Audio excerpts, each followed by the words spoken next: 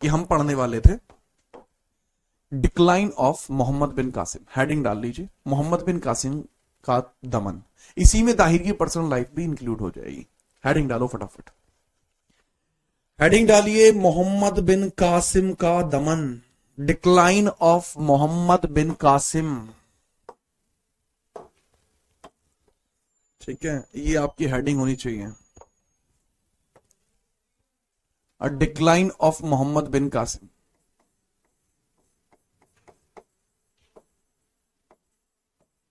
मोहम्मद बिन कासिम, ठीक है, मोहम्मद बिन कासिम का दमन, कासिम का दमन।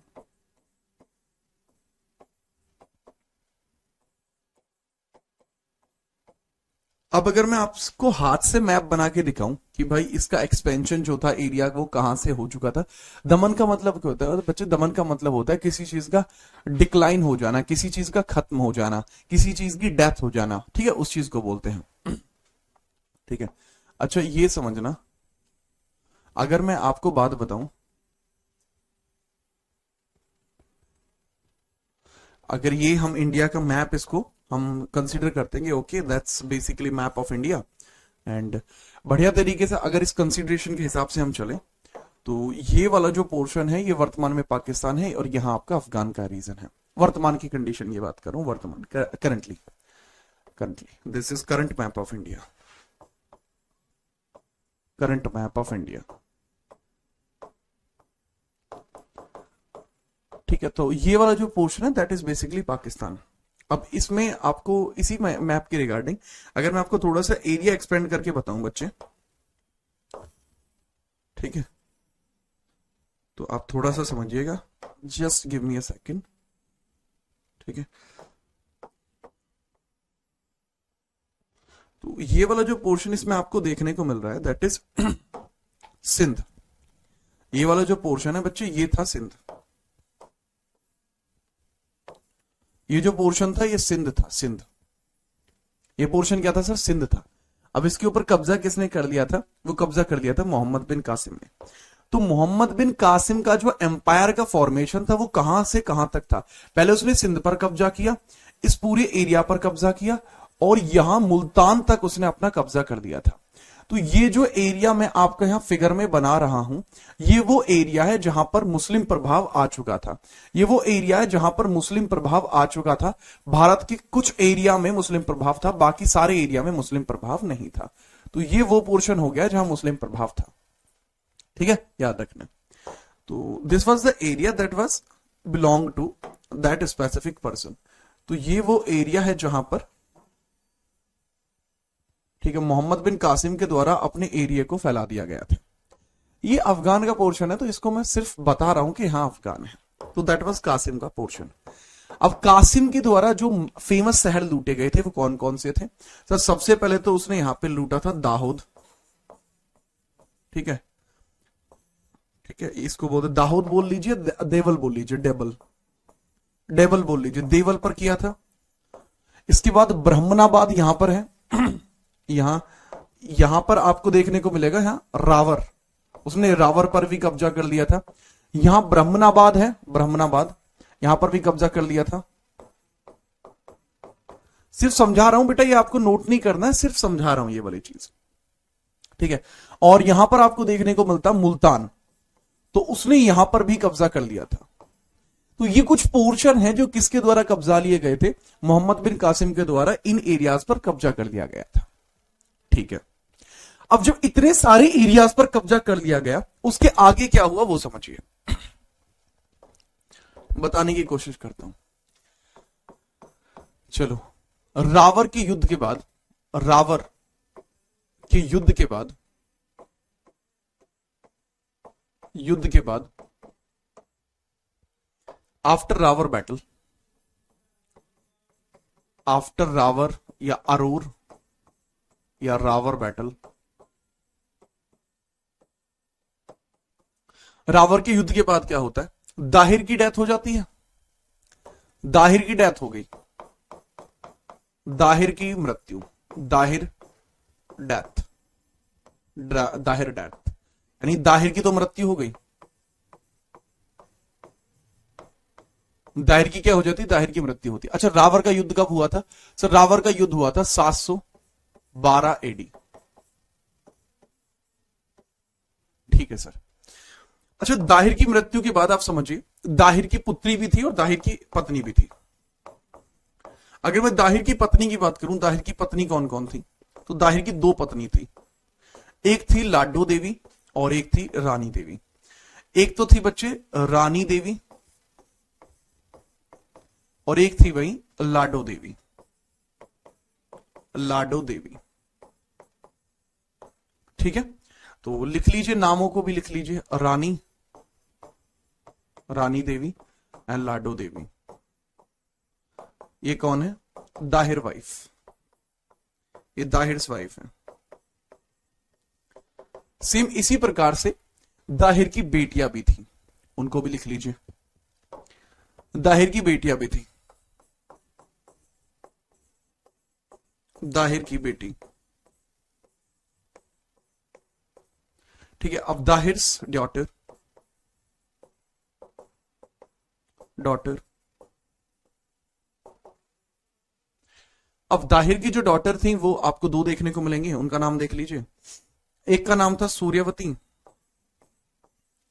और एक का नाम था पारमल देवी। पारमल, ठीक है, एक सूर्यवती और एक का नाम पारमल। लिख लो, सूर्यवती एंड पारमल, ठीक है। दाहिर का बेटा भी था जय सिंह, दाहिर का बेटा भी था, दाहिर सन, यानी दाहिर पुत्र, दाहिर का पुत्र एक ही था जिसका नाम था जय सिंह या जयसिंह लिखा जाता है, जय सिंह लिखा जाता है। लेकिन बच्चों एक बात समझना, जो ये लोग थे सिंधी भाषा बोलते थे, सिंधी। तो बेटा सिंधी भाषा में जय सिंह को ऐसे लिखा जाता है, जय सिंह। ये लिख सिंह ही रहा है, लेकिन सिंधी भाषा की वजह से उसको इंग्लिश में SIAH लिखा जाता है, ठीक है। तो हिंदी में लिख लीजिए जय सिंह। अब इनके साथ क्या होता है, बड़ी बात यह है कि जब राजा की डेथ होती है तो राजा के बाद उसकी प्रजा तो बचती नहीं है, ये तो उसका परिवार था। तो क्या होता है, बहुत ध्यानपूर्वक समझेंगे हम इनके बाद क्या हुआ। रानी देवी ने जौहर कर दिया, रावर के किले में रानी देवी ने जौहर किया 712 में। रानी देवी 712 में इन्होंने क्या किया है, 712 एडी में रावर किले में जौहर कर दिया, रावर किले में जौहर कर दिया, जौहर कर दिया। जौहर का मतलब समझते हो, है जौहर, ठीक है। लाडो देवी, इनके बारे में हमें साक्ष्य नहीं मिलता कि इनका क्या साक्ष्य है, इनका क्या हुआ, लेकिन ऐसा कंसीडर किया जाता है इनकी भी मृत्यु हो जाती है, इनकी भी डेथ हो जाती है। लोग कहते हैं कि इन्होंने भी जौहर ही किया था, लेकिन पहले जो जौहर किया है वो रानी देवी ने किया है, इनकी मृत्यु हो जाती है। जयसिंह की हत्या कर दी जाती है। जयसिंह के साथ क्या हुआ है, ये भी मार दिया जाता है, किसके द्वारा, मोहम्मद बिन कासिम के द्वारा। इनकी भी हत्या कर दी गई, क्या कर दी गई, इनकी भी हत्या कर दी गई। और ये हत्या किसने की है, हत्या मर्डर किसने किया है, ये मर्डर बाई मोहम्मद बिन कासिम, मोहम्मद बिन कासिम, ठीक बात, जी हां। लेकिन बेटियों के साथ क्या होगा वो एक बड़ी बात है, उसको हम नेक्स्ट पेज पर बताएंगे, बेटियों के साथ क्या हुआ है। जौहर का मतलब क्या होता है बेटा, जौहर समझो, जौहर का मतलब होता है कि अगर किसी की वजह से आपकी इज्जत के ऊपर खतरा है तो ऐसी परिस्थिति में आप कोशिश करेंगे कि आप मर जाएं। ये महिलाओं के लिए बता रहा हूं। जो जौहर की जो मेंटेलिटी थी वो क्या थी, वो ये थी कि आपने पद्मावती मूवी देखी है, तो उसमें क्या होता है, अगर राजा की डेथ हो चुकी है तो उसकी जो रानी है वो दूसरे राजा उससे विवाह ना करें और वो पवित्रता बनाए रखें अपने पूरे जीवन भर, इसलिए वो अपना जीवन समाप्त कर देती है। समझ में आई बात, दैट वाज द पॉइंट। पति के साथ मर जाना जौहर नहीं होता, पति के साथ मर जाना सती होता है। जौहर का मतलब होता है कि पति युद्ध भूमि में मर जाते हैं, उसके बाद अपनी इज्जत के लिए, अपनी शान के लिए वो मृत्यु का रास्ता चुनती हैं। याद रखना। जी हाँ, अग्नि में कूद जाती हैं। देखो जौहर के कई प्रकार हो सकते हैं, जल जौहर हो सकता है, अग्नि जौहर हो सकता है, वायु जौहर हो सकता है। तो दरअसल यहां पे जो जौहर किया गया वो अग्नि जौहर है, burning completely till death. Sir ये रावर प्रेजेंट में कहां पर है? रावर प्रेजेंट में बलूचिस्तान के ऊपर का क्षेत्र है, रावर वर्तमान में पाकिस्तान में है। अबे इसीलिए तो ये मैप बनाया था, तुम्हें दिखाई नहीं दे रहा रावर यहां पे ये पाकिस्तान की बाउंड्री बनाई है? अरे थोड़ा तो समझो। जी हाँ, जी हाँ। ओके, इनकी बेटी का नाम बहुत सारे किताबों में अलग अलग चीजें लिखी हुई हैं, जैसे सूर्यमाला वगैरह लिखा हुआ है, पर सूर्यवती नाम है इनका। प्लीज ऐसा ही रखना। क्या ऐसा करना सही है?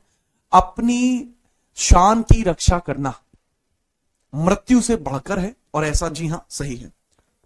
मतलब मेरी बात को समझो, जो मैं कहना चाह रहा हूं इनके पर्सपेक्टिव से मैं बताना चाह रहा हूं, मेरा अपना पर्सपेक्टिव यहां मैं साझा नहीं कर रहा हूं। ठीक है बाबू, आगे बढ़ो।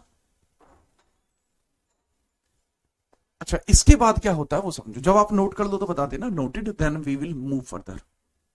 जैसे आप नोट कर दोगे फिर हम आगे बढ़ेंगे। ठीक है, याद रखना। She choose dignity over death, she choose dignity over death. जी हां।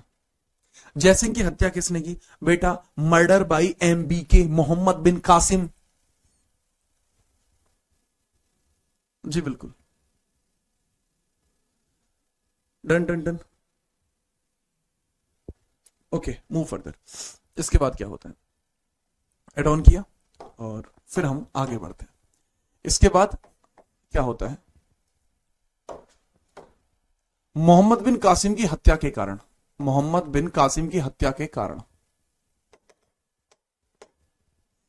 मोहम्मद बिन कासिम की हत्या के कारण, की हत्या के कारण, reason of MBK death, reason of MBK death. देखो इसको दो रीजन बताए जाते हैं, एक रीजन अलग बताया जाता है, एक रीजन अलग बताया जाता है। ये है रीजन 1, और रीजन 1 अलग बताया जाता है कि इसकी डेथ कैसे हुई, और एक है रीजन 2, ये अलग बताया जाता है, रीजन 2। तो इसमें कैसे, अरबी ग्रंथों के अनुसार इसकी डेथ अलग होती है, जो अरबी लिटरेचर है उसके हिसाब से इसकी डेथ अलग होती है। अरबी ग्रंथ इसकी मृत्यु को अलग बताते हैं, अरेबियन लिटरेचर में अलग है, लिटरेचर में अलग लिखा हुआ है, एंड जो चचनामा है उसमें अलग लिखा हुआ है। चचनामा बुक में अलग लिखा हुआ है, चचनामा बुक में अलग लिखा हुआ है। पहले मैं आपको जो रीजन बताता हूं, ठीक है, चलिए पहले मैं जो आपको रीजन बताता हूं वो रीजन 2 बताता हूं, जो चचनामा बुक में लिखा हुआ है। याद रखेंगे? जी सर। चचनामा बुक में क्या लिखा हुआ है कि दाहिर की डेथ के बाद, दाहिर की डेथ के बाद, मृत्यु के बाद, मृत्यु के बाद उसकी पुत्रियों को, उसकी पुत्रियों को, पुत्रियों को फारस का राजा अपने हरम में बुलाता है। पुत्रियों को फारस का राजा, राजा अपने हरम में बुलाता है, हरम में बुलवाता है, बुलवाता है अपने पुत्रों से विवाह के लिए, अपने पुत्रों से विवाह के लिए, या अपने पुत्रों के लिए, अपने पुत्रों के लिए, या विवाह लिख लो वो ज्यादा सही लगेगा मेरे हिसाब से, थोड़ा लॉजिकल बनेगा, पुत्रों के विवाह के लिए।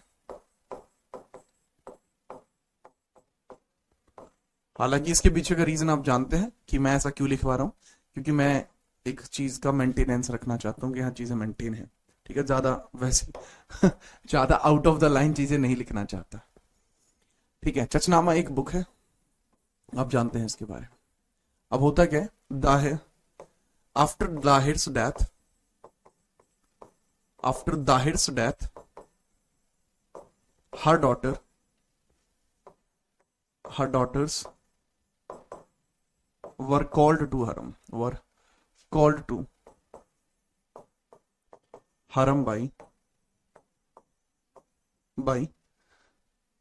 Persian king, Persian king। ठीक है, सीधी बात जी हाँ। इस तरीके से पूरा आपको याद रखना है। ठीक है, अब यहां पे समझना, अब इसकी बेटी कौन है, सूर्यवती और पारमल देवी। जब वो दोनों, ठीक है, सूर्यवती और पारमल देवी, सूर्यवती प्लस पारमल देवी, सूर्यवती और पारमल देवी जब पहुंचती हैं बादशाह के पास, जब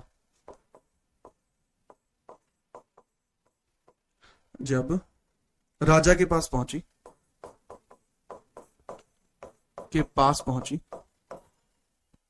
पास पहुंची, तो उन्होंने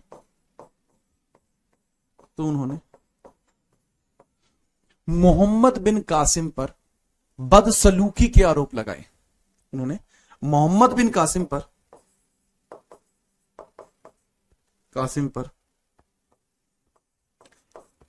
बदसलूकी के आरोप लगाए, बदसलूकी के आरोप लगाए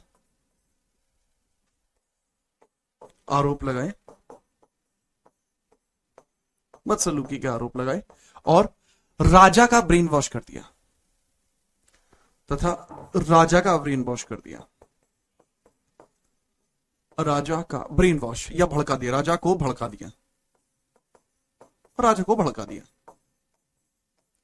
कि भाई आपने तो हमें बुलाया था अपने बेटों के लिए और हमारे साथ तो मोहम्मद बिन कासिम ने बड़ी बदतमीजी की है, मतलब बहुत बदतमीजी करी है, वो तो आदमी ठीक नहीं है। आपने तो हमें बुलाया था इसलिए ताकि हम शादी कर पाए, हम शादी कैसे करें, हम मोहम्मद बिन कासिम ने तो बदतमीजी की हमारे साथ, ये क्या बात हुई। तो उसकी बुद्धि खराब हो गई कि मोहम्मद बिन कासिम अब इतना बड़ा हो गया कि मेरे आदेश की नाफरमानी करेगा। तो राजा की दिमाग की दही हो गई। अब जब राजा के दिमाग की दही हो गई, छेड़खानी वाली बात यहां बीच में आ गई, तो 715 एडी में 715 एडी में 715 एडी में खलीफा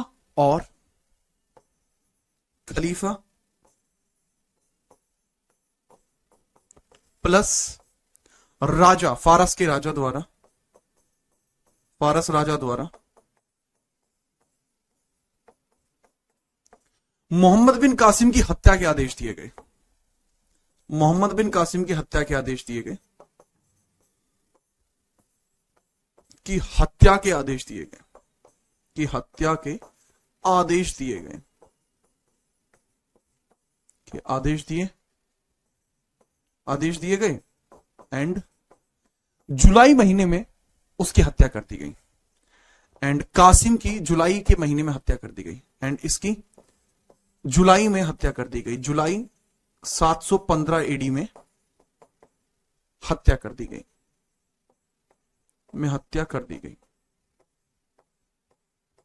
ठीक है, फटाफट लिखिए। ठीक है सर। अच्छा, इसके बाद बच्चों का पूछना होता है, सर इसके बाद सूर्यवती और पारमल देवी का क्या हुआ। दरअसल हत्या कराने के बाद पारस के राजा और खलीफा को यह महसूस हुआ कि उन्होंने जल्दबाजी में बहुत खतरनाक निर्णय ले लिया, जिसकी वजह से वो इन दोनों से भी नाराज हो जाते हैं और इनको दीवार में चिनवा देते हैं, ये भी किताब में लिखा हुआ है कि इनको दीवार में चिनवाया गया था, ये भी किताब में लिखा हुआ है चचनामा में कि इनको दीवार में चुनवाया गया था।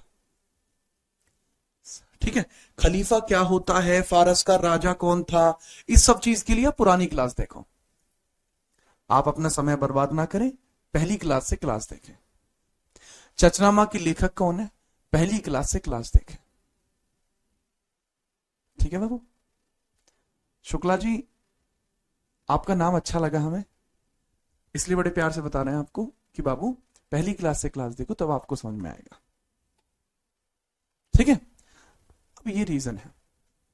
अब ये तो हो गया रीजन 2 जो चचनामा बुक में लिखा हुआ है। सर हमें कौन सा रीजन याद रखना है? बेटा आप यही वाला रीजन याद रखना अपने लिए, ये क्योंकि हम इंडियन लिटरेचर को ज्यादा मानते हैं, इस वजह से चचनामा को थोड़ा आप ज्यादा याद रखेंगे। ठीक है बस, आगे बढ़ते हैं, आगे बढ़ते हैं और देखते हैं इसके बाद रीजन 2 अरबी ग्रंथों का जो रीजन है उसमें क्या लिखा हुआ है, उसमें समझना। 715 एडी में नया खलीफा बनता है, नया खलीफा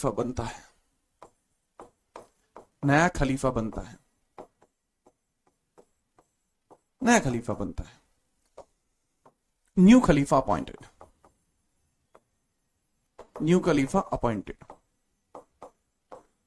और जो नया खलीफा बना था उसका नाम था सुलेमान।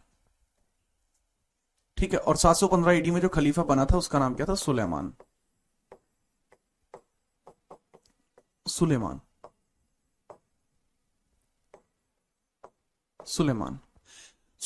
जो था, स्पेलिंग गलत है, SULEY, सुलेमान। हाँ अब ठीक है।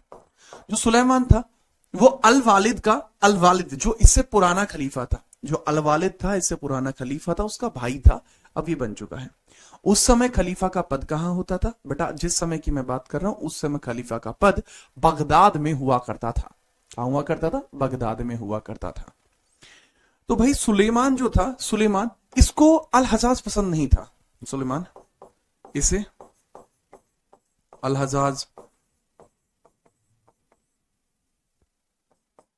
इसे अल हजाज प्लस मोहम्मद बिन कासिम पसंद नहीं थे। कासिम पसंद नहीं थे।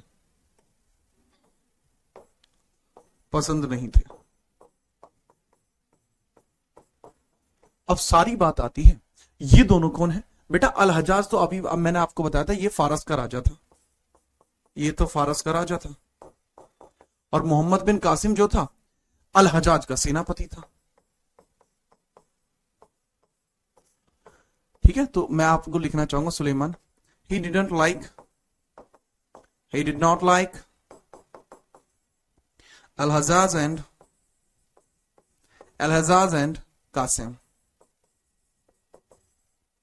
तो इसको ना तो अल हजाज पसंद था ना कासिम, लेकिन अल हजाज का ये कुछ नहीं कर सकता था क्योंकि वो राजा है भाई, कहीं ना कहीं देखा जाए तो, है ना?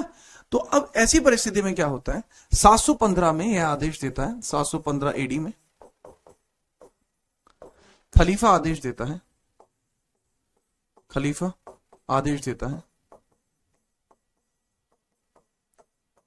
है, कि मोहम्मद बिन कासिम को चमड़े के बक्से में बंद करके लाया जाए। सर ये क्या बात हुई? चमड़े का बक्सा मतलब क्या है? ठीक है, क्या मतलब सर समझ में नहीं आया। चमड़े का बक्सा क्यों करना है? ये खलीफा क्यों मारना चाहता है इसको? देखो हुआ क्या, मोहम्मद बिन कासिम बहुत ज्यादा फेमस हो जा रहा था, बहुत ज्यादा, कि उसने भारत पर कब्जा कर लिया। अरे भैया वो तो बहुत महान आदमी है। अब इस्लाम धर्म का तो राजा बन गया वो। क्यों?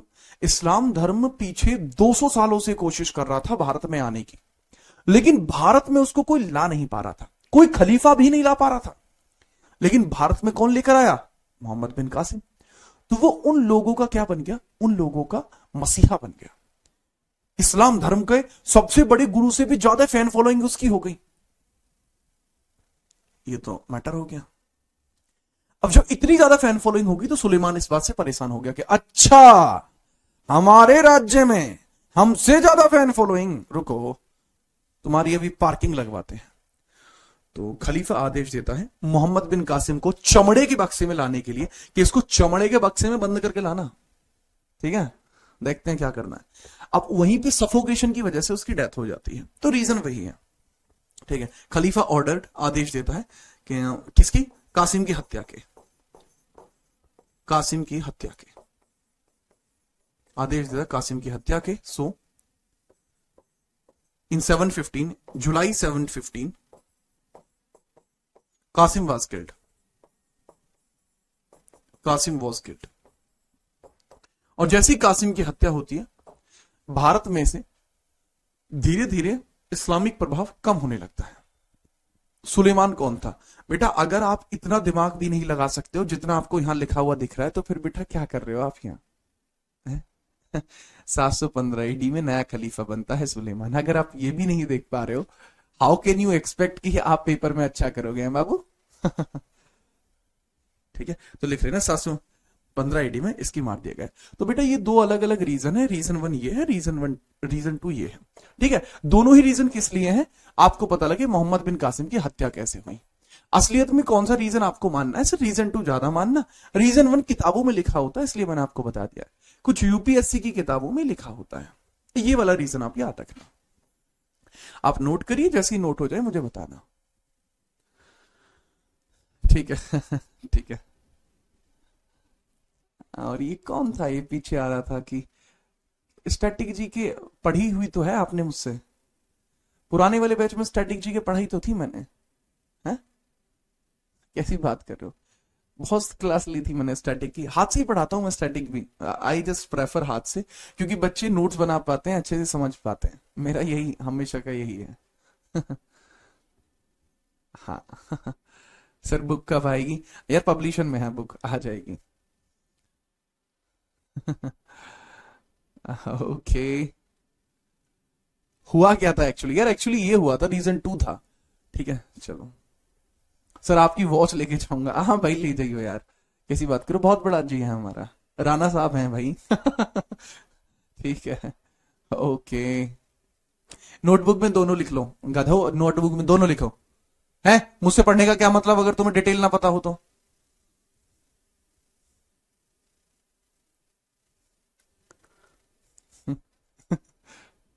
ठीक है।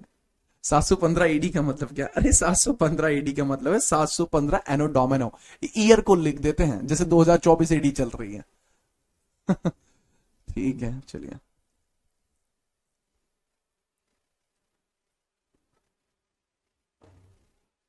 ठीक है आगे बढ़िए। Reason one reason two complete होते हैं, मोहम्मद बिन कासिम की हत्या करा दी है, इसके बाद ही भारत में खत्म होता है खेल। तो इसके बाद ये जो पोर्शन था, ये नोट नहीं करना, सिर्फ समझना है बेटा। इसके बाद क्या होता है कि ये जो पोर्शन है ये धीरे धीरे श्रिंक होने लगता है। श्रिंक होने का तो मतलब समझते हैं ना? श्रिंक होने का मतलब है ये धीरे धीरे ये जो पोर्शन है, अरे हो गया काम खराब, चलो बच गए। धीरे धीरे ये जो पोर्शन है धीरे धीरे खत्म होने लगता है, ऐसे ये पोर्शन धीरे धीरे खत्म होने लगता है और सिर्फ बहुत ही कम जगह पर रह जाता है, जैसे इतनी जगह पर रह जाता है फिर इस्लामिक प्रभाव। लेकिन फिर से एक दूसरी डायनेस्टी का राइज होता है जिसकी वजह से बढ़ गया, जिसकी वजह से ये जो एरिया है ये सिर्फ ना इतना हुआ बल्कि भारत के अन्य पोर्शंस में भी बढ़ गया। अब हम उसके बारे में बात करेंगे। ठीक है, यहां आपका चैप्टर 1 कंप्लीट होता है बेटा, यहां आपका चैप्टर 1 कंप्लीट होता है। अब यहां हेडिंग डालिए दूसरा चैप्टर, ये कंप्लीट हो गया, कंप्लीट। अब हेडिंग डालेंगे तुर्की अटैक, हेडिंग डालेंगे आप, अगली हेडिंग डालिए भारत पर, अरे क्या, भारत पर अरबों का आक्रमण तो हम कंप्लीट कर चुके हैं। अब चैप्टर 2 में हेडिंग डालेंगे, चैप्टर 2, चैप्टर 2 में हेडिंग डालेंगे तुर्की मुस्लिम आक्रमण, टर्किश मुस्लिम इन्वेड। ये कुछ मत लिखना, सिर्फ हेडिंग डाल लो। चैप्टर 1 खत्म हो गया, चैप्टर 2 पढ़ रहे हैं। ठीक है चलिए।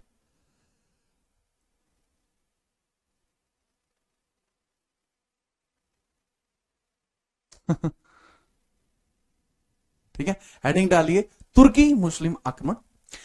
तो भारत के अंदर तुर्की मुस्लिम आक्रमणों की दो शाखाएं हैं, एक शाखा महमूद गजनवी की है और एक शाखा मोहम्मद गौरी की है।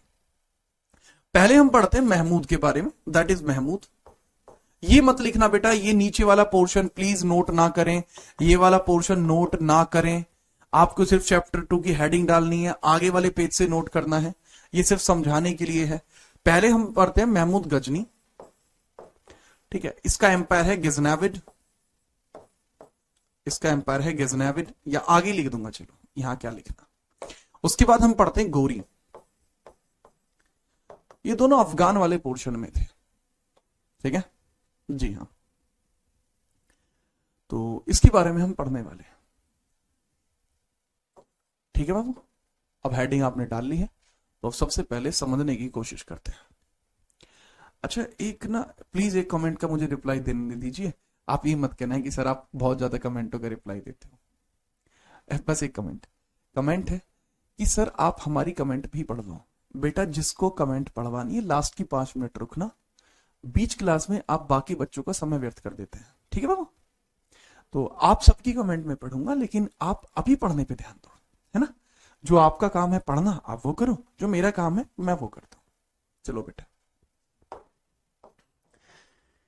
तो पहले ये देख लीजिए गजनवीड एम्पायर कहां पे है। तो ये बालक गजनवीड एम्पायर है ऑन मैप, ठीक है। कहां तक फैला हुआ है? इधर साइड पूरे के पूरे साउथ कॉन्टिनेंट में। ये तो आप देख रहे हो हॉर्न ऑफ अफ्रीका दिख रहा है ना आपको, हॉर्न ऑफ अफ्रीका सोमालिया के पास वाला। और ये वाला जो पोर्शन है दैट इज गजनवीड एम्पायर, ये गजनी साम्राज्य है, देख रहे हो। भारत का कश्मीर वगैरह भी इसी के अंदर आ रहा है, ये आपका, ठीक है। इधर साइड से ये चाइना का पोर्शन है, ठीक है। एंड ये वैसे मध्य एशिया बोलते हैं इसको, मिडल एशिया बोलते हैं इसको, मध्य एशिया यानी मिडल एशिया, मध्य एशिया बोलते हैं इसको, मध्य एशिया बोलते हैं। और इसी के ऊपर जो है गजनवीड एम्पायर था। गजनवीड एम्पायर को बोलते हैं गजनी साम्राज्य, गजनी साम्राज्य बोलते हैं। अब इसके बारे में हम पढ़ने वाले हैं, गजनी साम्राज्य के बारे में, ठीक है। चलिए, ठीक है, अब लिखना शुरू करें। नमस्ते भाई, नमस्ते।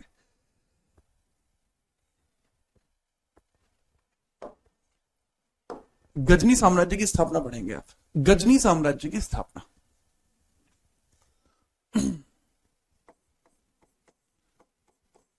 गजनी साम्राज्य की स्थापना,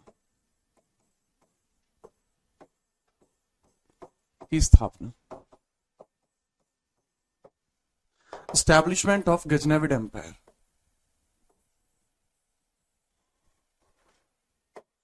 हेडिंग क्या है बालक आपकी? Establishment of Ghazni empire.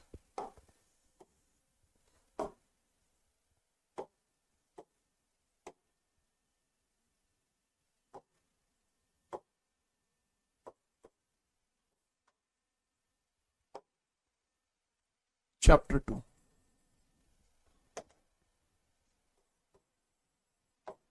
Chapter 2 Turkish attack.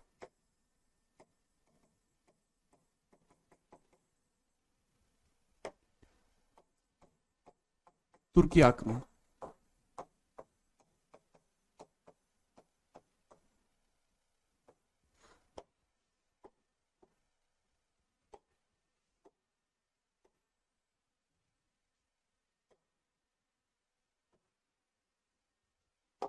ठीक है भाई, अब देखते हैं गजनी साम्राज्य की स्थापना, एस्टैब्लिशमेंट ऑफ गजनवीड एम्पायर, विड एम्पायर। तो बहुत पुरानी बात है, लगभग 932 एडी की, 932 एडी की बात है, 932 एडी की बात है, 932 एडी की बात है। अफगानिस्तान का एक स्थान है, अफगानिस्तान में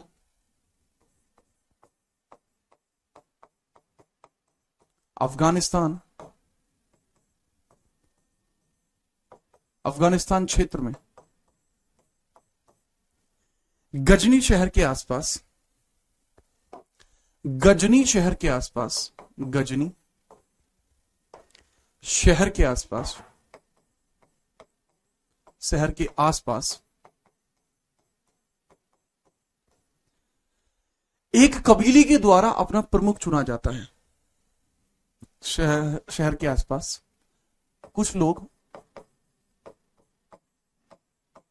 एक छोटे साम्राज्य की स्थापना करते हैं, कुछ लोग एक छोटे साम्राज्य की स्थापना करते हैं, जय की स्थापना करते हैं, स्थापना करते हैं। इनका जो मुखिया होता है या इनका सरदार जो होता है, इनका जो सरदार होता है, इनका जो मुखिया होता है, ठीक है, दैट वाज अलप्तगीन। अलप्तगीन, अलप्तगीन, अलप्तगीन। इस चीज को आप लिख लेंगे, a small dynasty established in Ghazni,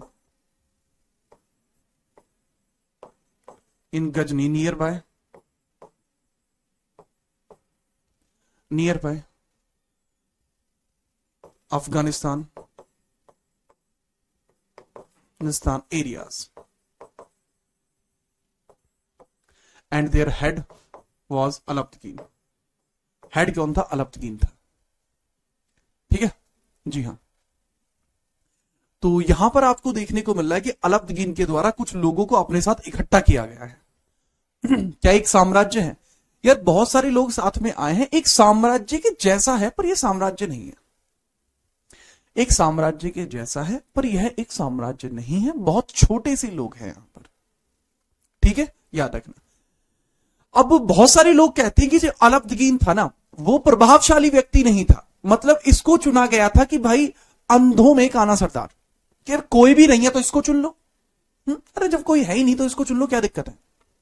ठीक है, याद रखना। लेकिन अलप्तगीन के साथ एक दिक्कत थी, अलप्तगीन के साथ एक दिक्कत थी, और वो दिक्कत क्या थी? अलप्तगीन के साथ दिक्कत ये थी कि जो अल्पू है, ठीक है, इसका कोई बेटा नहीं था।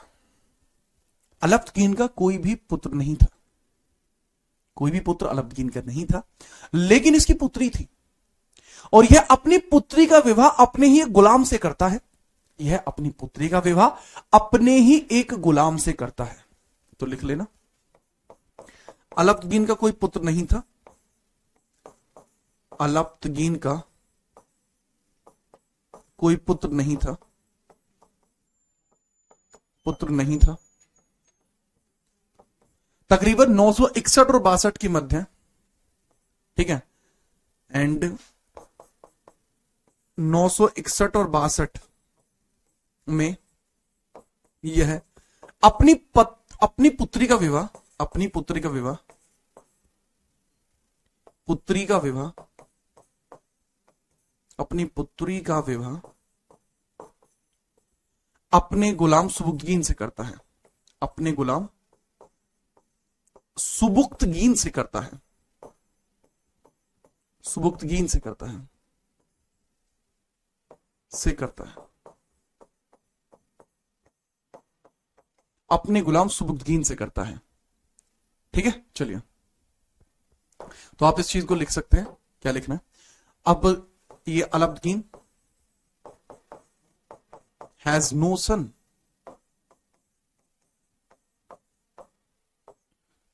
he married her daughter, he married his daughter, he married his daughter, he married his daughter to his slave Sabuktigin. Sabuktigin, अब सुबुक्तगीन जो था वो एक प्रभावशाली बुद्धिमान आदमी था, प्रभावशाली बुद्धिमान आदमी था। 961-62 में इसकी शादी हुई है, और 977 में, कब बेटा? 977 में, 61-62 में शादी होने के बाद ये क्या बन जाता? अलप्तगीन का उत्तराधिकारी। बेटा नहीं है तो जो पुत्री का हस्बैंड होगा वो उत्तराधिकारी होगा, सक्सेसर होगा। अरे है कि नहीं? बेटी को ही तो मिलेगी सारी संपत्ति। जब बेटा ही नहीं है, अलप्तगीन हैज नो सन, तो सारी संपत्ति बेटी की हुई। अब बेटी तो रानी नहीं बन सकती, तो राणा कौन, जो राजा कौन बनेगा? सुबुक्तगीन। ऑब्वियस सी बात थी। तो सुबुक्तगीन अपने आप को रूलर डिक्लेयर कर देता है 1967 में, 967 में अपने आप को कह देता है मैं जी रूलर हूं, लेकिन वहां के लोग उसको नहीं मानते। तो ऑफिशियली जो उसको राजा माना जाता है वो 977 में उसको ऑफिशियल राजा माना जाता है। याद रखना, जो डेट आपको याद रखनी है बेटा उस पे मैं स्टार लगा दूंगा। आपको ये डेट याद रखनी होगी, ये डेट आपको याद नहीं रखनी है, ठीक है। इसके बाद याद रखना 977 में 977, ये डेट आपको याद रखनी है, बिल्कुल याद रखनी है बच्चे, ये डेट आपको ऑफिशियल डेट है और याद जरूर रखना। आधिकारिक तौर पर गजनी के मुखिया का पद सुबुक्तगीन को मिला 977 में। आधिकारिक तौर पर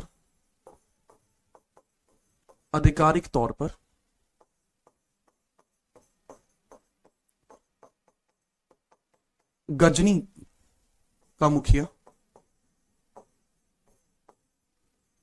का मुखिया कौन बना? गजनी का मुखिया बनता सुबुक्तगीन।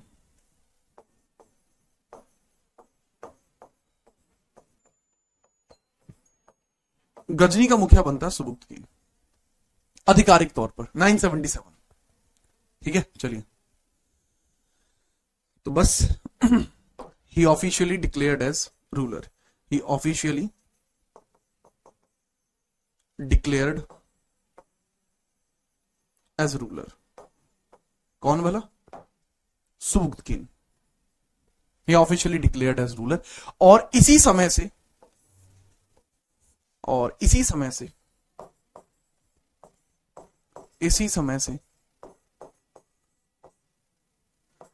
गजनी साम्राज्य की वास्तविक नींव रखी गई। गजनी साम्राज्य की वास्तविक नींव रखी गई।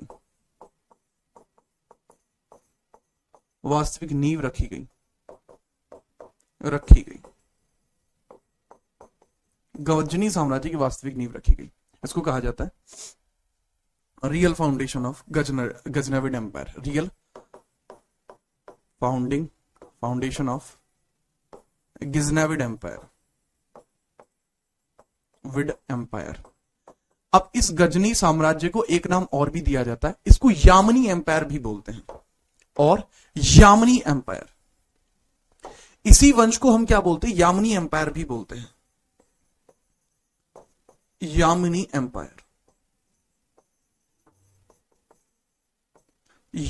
एम्पायर भी बोलते हैं, यामनी वंश भी इसको बोला जाता है।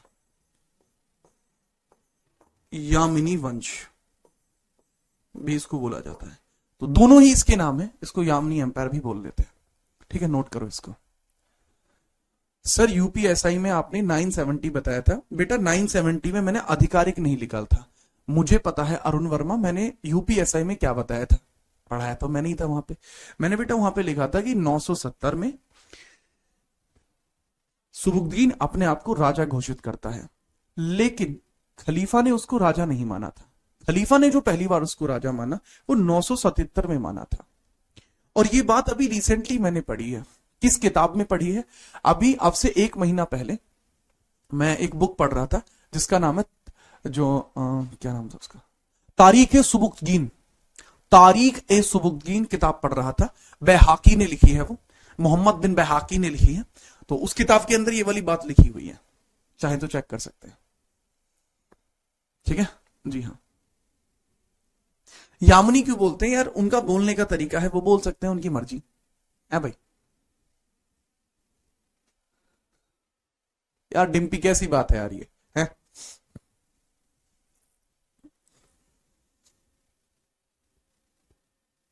क्या हम पीएनजी से नोट बना सकते हैं? अरे भाई आप पीएनजी छोड़िए, आप डीएनजी से भी नोट बना सकते हैं ठीक है अरे हाँ बना सकते हो यार।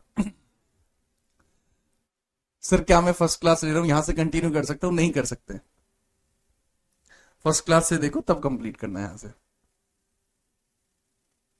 और सर यूपी पुलिस में आपने 977 और 970 दोनों लिखवाया था, हाँ, क्योंकि मैंने वहां पे दोनों चीजों को क्रिएट कर दिया था और आपको समझा दिया था, है ना? जी हाँ ठीक है बाबू। चलो, इसकी डॉटर का नाम भैया पूछा नहीं जाता, ठीक है। आगे बढ़िए, बिना परेशानी के आगे बढ़ते हैं। आगे बढ़ रहे हो, ठीक है, ठीक है। सुबुक्तगीन ने भारत पर आक्रमण भी किया था, आक्रमण करने की योजना बनाई थी, करने की योजना बनाई थी, योजना बनाई थी, परंतु उससे पहले ही, परंतु उससे पहले ही, उससे पहले ही पेशावर की राजा, पेशावर की राजा जयपाल ने, पेशावर के राजा जयपाल ने, जयपाल ने सुबुक्तगीन पर आक्रमण कर दिया, सुबुक्तगीन पर, सुबुक्तगीन पर हमला कर दिया, कर दिया था। और यह हमला कब तक प्रभावी रहा? यह हमला 980 से, यह या फिर आप लिख सकते हैं यह विद्रोह, यह विद्रोह 980 से लेकर और 88 तक चला, तक चला। अब मुझसे कुछ बच्चे कहेंगे सर पुराने वाले नोट्सों में आपने इसको 980 से लेकर 87 लिखवा रखा है। बेटा पुराने वाले नोट्स में लिखवा रखा है, आप 988 लिख लीजिए, गलत नहीं होगा। आप 87 भी लिखते हैं वो भी गलत नहीं होगा। आपसे विनम्र निवेदन है आप 80 लिखो, 88 लिखो। 80 और 87 भी लिखना चाहते हो कोई समस्या नहीं है, ये पेपर में नहीं पूछा जाता। ठीक है बेटा, बड़े प्यार से बता रहा हूं।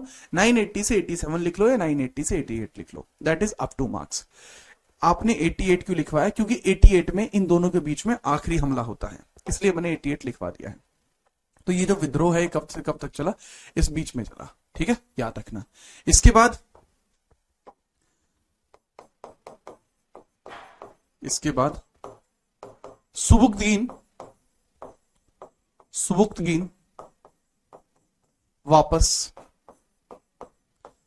गजनी लौट गया, गजनी लौट गया, वापस गजनी लौट गया, लौट गया। ठीक है, अच्छा बात को समझना, इस हमले में कौन जीतता है? इस आक्रमण का कोई अर्थ नहीं था या फिर कोई विजय नहीं हुई। ये मतलब बिल्कुल एक तरीके से कहा जाए तो नो विन नो लॉस था। ठीक है, विद्रोह और हमले में फर्क होता है। हमला जो होता है वो एक बार में हुआ और खत्म हो जाता है, विद्रोह जो होता है वो लंबे समय तक चलता है। विद्रोह के अंदर ग्रुप ऑफ अटैक्स होते हैं। अब इसमें समझना, कोई इसमें जीता, कोई नहीं जीता, कोई नहीं जीता, ये हमला चलता रहा। लेकिन हाँ, बाद में सुबुक्तगीन ही पीछे हट गया था और इधर जयपाल वापस लौट आया था। ठीक है, याद रखना। इस चीज को आप इंग्लिश में लिख लीजिए, यहां पर Sabuktigin,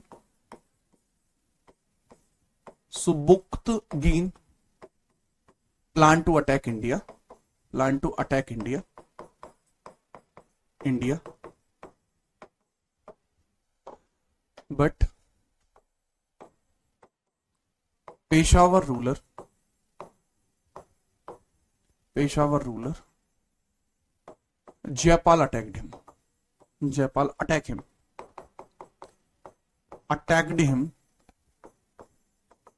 him and conflict lasted up to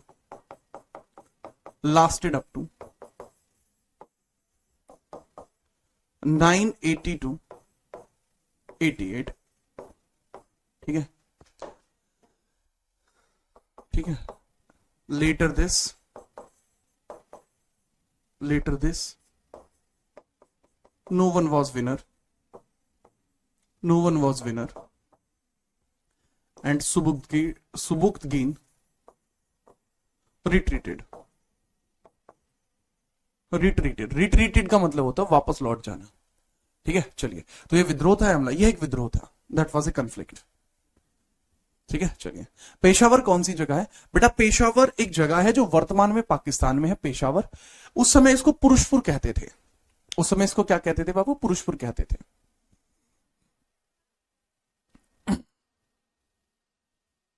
Ghazni तो क्या जयपाल की हार हुई थी? मेजरली ऐसा कहा जाता है जयपाल इसमें हार गया था।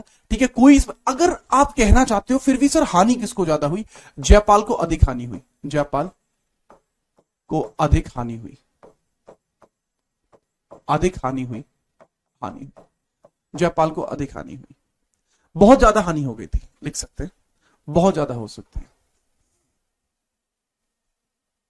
ठीक है, सर जी सुबुद्दीन विजय हुआ था। हाँ यार देख, मैंने क्या बताया, जयपाल को अधिक हानि हुई थी। सुबुद्दीन जब वापस गजनी लौटा था तो इसको बहुत फायदा हुआ, बहुत फायदा हुआ था इसको, बहुत फायदा, हाईली इसको प्रॉफिट हुआ था। देखो, युद्ध का मतलब होता है सामने वाले की हत्या हो जाना, सामने वाले की हत्या हो जाना। अब इसके अंदर जयपाल मरा नहीं तो हम इसको कंप्लीटली विजय नहीं कह सकते सुबुद्दीन की, टू बी वेरी ऑनेस्ट। ठीक है, जयपाल किस वंश से था? हिंदू शाही से था, रॉयल हिंदू डायनेस्टी से था। ठीक है बाबू, याद रखना। अच्छा, इसके बाद समझना क्या होता है, याद रखना। ये उसके जीवन का एकमात्र इंपोर्टेंट फैक्टर है जो आपको याद रखना।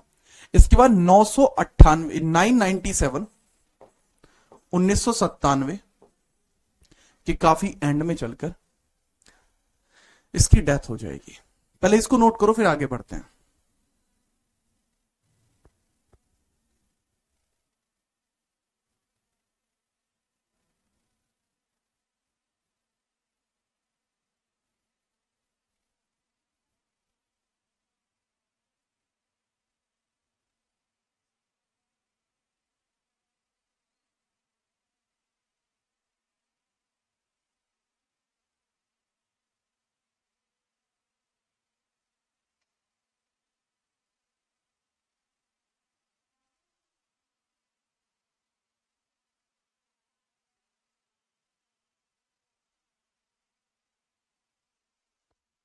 ठीक है, चलिए। अरे वो वाला जयपाल नहीं है यार, ये अलग है। जो आप बात कर रहे हो वो जयचंद है। ठीक है, नोट कर लिया। अच्छा, 997 में, 997 में सुबुद्दीन की डेथ हो गई। सुबुद्दीन की मृत्यु, सुबुद्दीन की मृत्यु, death of Subuddin, death of Subuddin, Buktigin, death of Subuddin, Subuddin की मृत्यु हो जाती है। और जैसे ही सुबुद्दीन की मृत्यु हुई है, इसके बाद इसका उत्तराधिकारी कौन बनना? इसका उत्तराधिकारी, इसका उत्तराधिकारी यानी सक्सेसर, बड़ा बेटा बनता है सक्सेसर। बड़ा बेटा इस्माइल, बड़ा बेटा इस्माइल, बड़ा बेटा इस्माइल, इस्माइल, इस्माइल बना। इसका उत्तराधिकारी कौन बना बेटा? इसका बड़ा बेटा इस्माइल। ठीक है, चलो याद रख लेना। सर इसकी डेथ हम 998 लिख सकते हैं। हाँ बेटा, आप 998 भी लिख सकते हैं। मैं क्या बड़े प्यार से बता रहा हूं, इनकी ईयर्स में 1-2 साल का वेरिएशन होता है। कुछ किताबें 998 लिखती हैं, कुछ किताबें 997 लिखती हैं। आप चाहे तो 97 लिख लें, चाहे तो 98 लिख लें, आपकी इच्छा है। बहुत प्यार से बता रहा हूं। लो लो यार, मुझे कोई ऐसी कोई दिक्कत है ही नहीं। ले ये लीजिए जी, 997 और 98 के मध्य हुई है। स्पेसिफिक पूछोगे मुझसे, 997।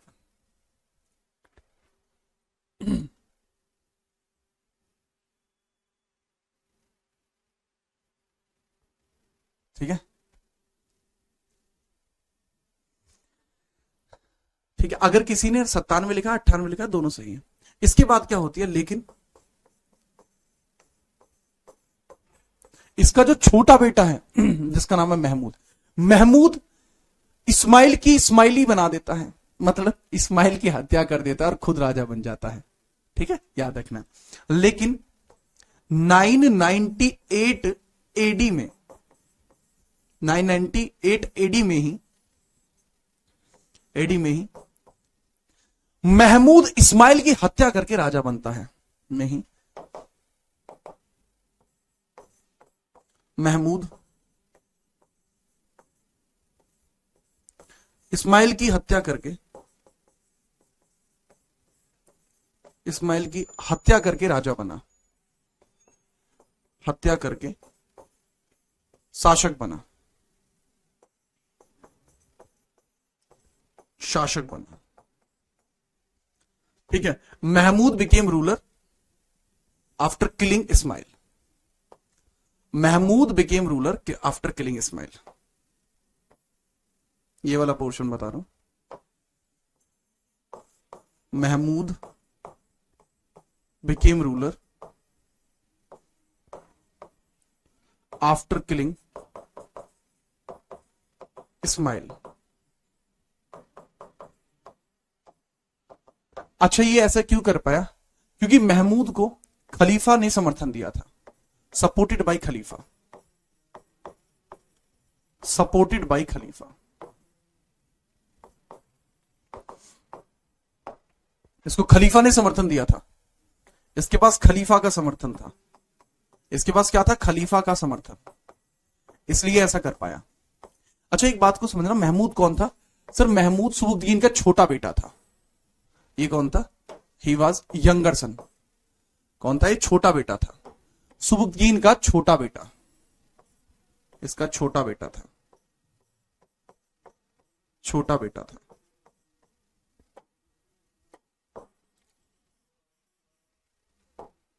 छोटा बेटा था।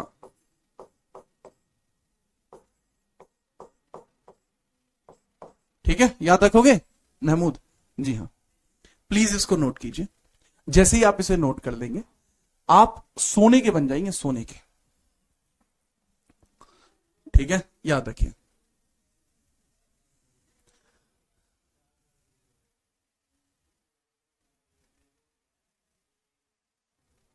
ठीक है, जी हाँ।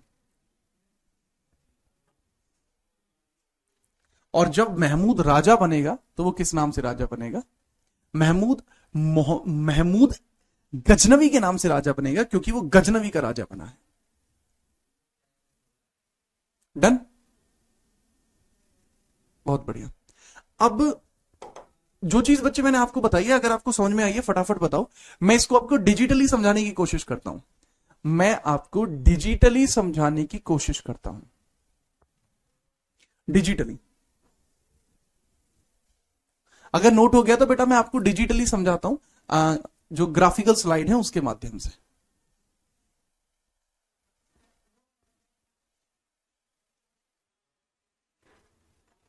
ठीक है, ओके। आप समझते हैं, ग्राफिकल स्लाइड के माध्यम से। मैंने आपको गजनवी के बारे में बेटा बड़े प्यार से समझाया। क्या समझाया मैंने आपको? कि 1932 में establishment of Yamini empire called Ghazni empire. मतलब क्या है? यामनी साम्राज्य की स्थापना, जिसे गजनी साम्राज्य कहा जाता है, अलप्तगीन के द्वारा, यानी अलप्तगीन के द्वारा होती है 932 एडी में। यह अपनी राजधानी गजनी को चुनते हैं, जो अफगानिस्तान में है। यह चीज मैंने आपको थ्योरेटिकली लिखवाई थी। 977 एडी में जो इसका सन इन लॉ है अलप्तगीन का, सुबुक्तगीन, वो राजा बनता है गजनी का। क्यों बनता है वो मैं आपको बता चुका हूं। ठीक है, सुबुक्तगीन अलप्तगीन का दामाद और गुलाम था, उसका राजा बना। ठीक है, 980 एडी में इसने जयपाल के ऊपर अटैक किया, अटैक जयपाल, और जो कि हिंदू रॉयल डायनेस्टी, हिंदू शाही वंश का राजा था, जो कि पेशावर का है। जो कि कहां की डायनेस्टी थी? पेशावर की डायनेस्टी थी।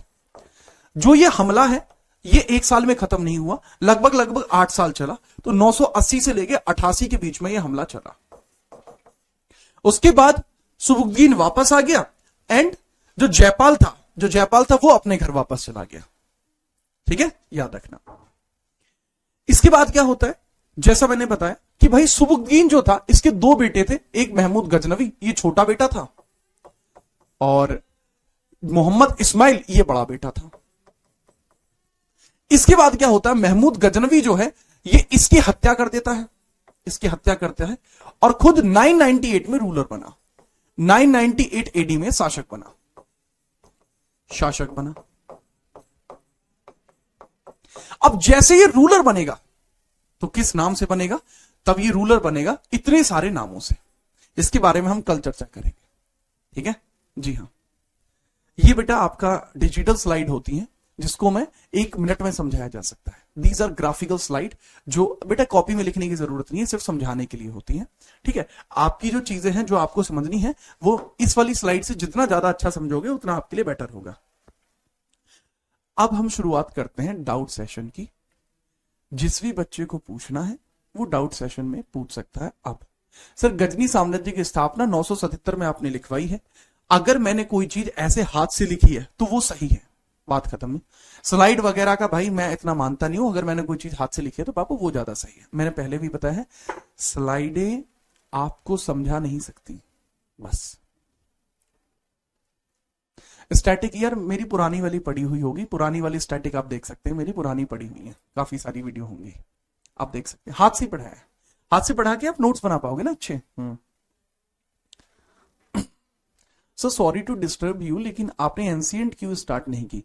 बेटा मेरा क्रम ऐसे ही है, मैं पहले मेडावल पढ़ाता हूं, देन मॉडर्न, उसके बाद एंशिएंट की बात करते हैं। सर रीजन 2 जो था इंग्लिश में नहीं लिखाया था, प्राची, छोटी सी बात थी, आप लिख सकते हैं। सर काफी कंफ्यूजन हो रहा है, निश्चिंत रहिए, मेरी बातों को सुनिए, आपका कंफ्यूजन दूर हो जाएगा, ठीक है बेटा जी हाँ। युद्ध नहीं जिनके जीवन में, वो भी बड़े अभागे होंगे, या तो प्रण को तोड़ा होगा या फिर रण से भागे होंगे। ऐसा लिखना है एक बच्चे का, जो बहुत अच्छा है, बहुत क्लासिकल लाइन है ये, मजा आ जाता है। सर ढांडा न्योली वाले के बारे में कुछ सुनाएंगे? ढांडा यार बाह्य अपना, ठीक है। चलिए, ढांडा कहता है कि मैं नीरज के फेंके हुए बाले बरगा, शिवजी के पिए हुए भाले, शिवजी के पिए हुए प्याले बरगा, सुआ के सामी कल्ला खड़ा हूं, जैसे संसद में कति चौटाले वर्गा। ढांडा भी सही है ना? हाँ ठीक है, आपको नोट्स मिल जाएंगे, निश्चिंत रहिए। डेट्स में काफी कंफ्यूजन है, जो डेट मैंने यहां पे लिखी है उसके ऊपर मैंने स्टार बनाया होगा, उसको आप याद रख लीजिएगा, ठीक है। ओके ठीक है, ओके ओके। सर क्वेश्चन ज्यादा कैसे आएंगे? क्वेश्चन बेटा कल मैंने आपको कराए थे, आप कहीं तो चलो 2 क्वेश्चन मैं पूछ लेता हूं आज की चीजों से रिलेटेड। मैं आपसे 2 क्वेश्चन पूछ लेता हूं, आप बता दीजिए, मुझे भी अच्छा लगेगा। भारत में जयपाल द्वारा या फिर भारत में तुर्की मुस्लिम आक्रमण, तुर्की मुस्लिम आक्रमण आक्रमण पहली बार किसके द्वारा हुआ? किसके द्वारा हुआ? द्वारा हुआ, ठीक है। चलिए, option A Mohammad bin Qasim, option B Mahmud Khalji, Mahmud Ghazni, Subuddin या डी जयपाल। आप लिखेंगे नेक्स्ट, ठीक है। मोहम्मद इस्माइल की हत्या करके, मोहम्मद इस्माइल की हत्या करके गजनी का शासक कौन बना? गजनी का शासक कौन बना? गजनी का शासक कौन था, कौन बना? ठीक है, option A Ghazni, Mahmud, option B Mohammad bin Qasim, option C Ghori, या ऑप्शन डी सुबुक्तगीन।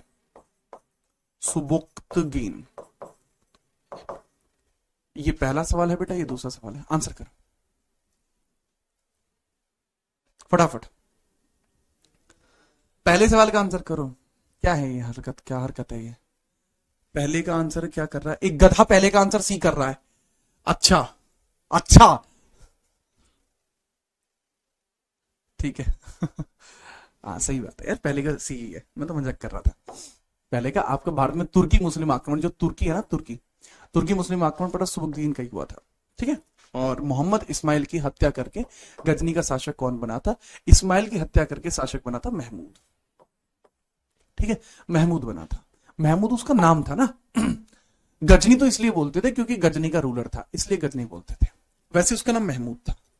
ठीक है, बहुत अच्छा लगा भाई मुझे। ये आपकी क्वेश्चंस है, ये वाला जो क्वेश्चन है ये आपका यूपीएसआई में आ चुका है, ये वाला क्वेश्चन, एंड इसके अलावा ये क्वेश्चन आपका सीएचएसएल में आ चुका है। ये क्वेश्चन स्पेशली आपका दिल्ली पुलिस के लिए है, एंड एक्सपेक्टेड है कि दिल्ली पुलिस में आए। एंड दिल्ली पुलिस के अलावा ये क्वेश्चन अब से पहले आ चुका है आपके लोअर पीएससी में, लोअर पीएससी में आ चुका है, उत्तर प्रदेश स्टेट के, यूपी स्टेट के में, यूपी पीएससी जेई के एग्जाम में आ चुका है।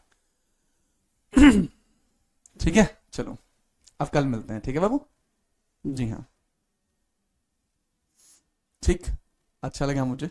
हाँ दैट्स परफेक्ट बारी। हाँ हाँ बिल्कुल।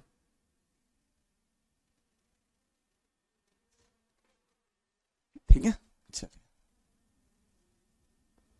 सर प्रीवियस क्लास कैसे देखिए बेटा, कैटेगरी की सेक्शन में जाकर मेडिवल हिस्ट्री चुन लेना, आपको प्रीवियस क्लास मिल जाएगी। ठीक है, और इसी प्रकार से आपसे मैं मिलता रहूंगा अच्छे तरीके से, आप अपनी तैयारी में लगे रहिए और ऐसे ही मिलते रहेंगे। कोई डाउट होता है जीत राणा .77 इंस्टाग्राम पे पूछ सकते हैं, या फिर आप क्लास में भी पूछ सकते हैं, आपको हर एक बात का जवाब यहां भी दिया जाएगा और वहां भी दिया जाएगा, वहां न्यूज वगैरह भी डालते रहते हैं। ठीक है चलिए, आज आपसे मिलकर अच्छा लगा। कल आपसे मुलाकात, कल क्या है, कल कितनी तारीख है, कल 16 भाई, कल आपकी क्लास ऑफ रहेगी, 17, कल आपकी क्लास ऑफ रहेगी, कल परसों 2 दिन आपकी क्लास ऑफ रहेगी, उसके बाद आपसे मंडे में मुलाकात होगी। इस चीज को रिवाइज कर लेना, पीडीएफ अभी डल रही है। ठीक है, मिलते हैं कल, तब तक जय हिंद, वंदे मातरम, बाय बाय।